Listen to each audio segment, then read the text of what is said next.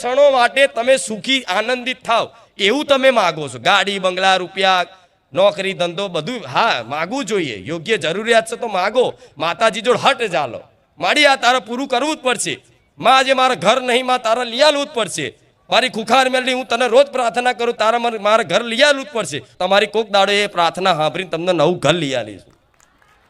તમને સારી નોકરી નથી તો સારી નોકરી મેળવી આલીશ, ના નહીં તમારે પોલીસ અધિકારી બનવું હોય, કોઈ સારો ડોક્ટર વકીલ બનવું હોય તો મહેનત કરો, ભણો ગણો અને જોડે મને માતાને પ્રાર્થના કરો, એક જ લક્ષ્ય બનાવો તો એ પૂરું કરી આલીશ. પણ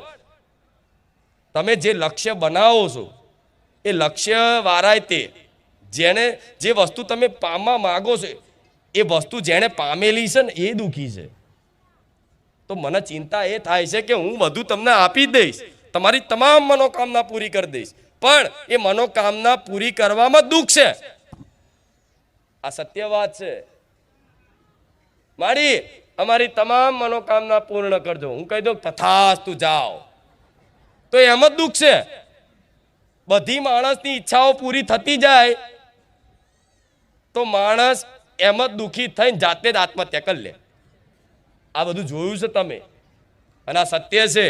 એટલે સુખ શેમાં છે? કંઈક પામવામાં નહીં, મનથી ત્યાગ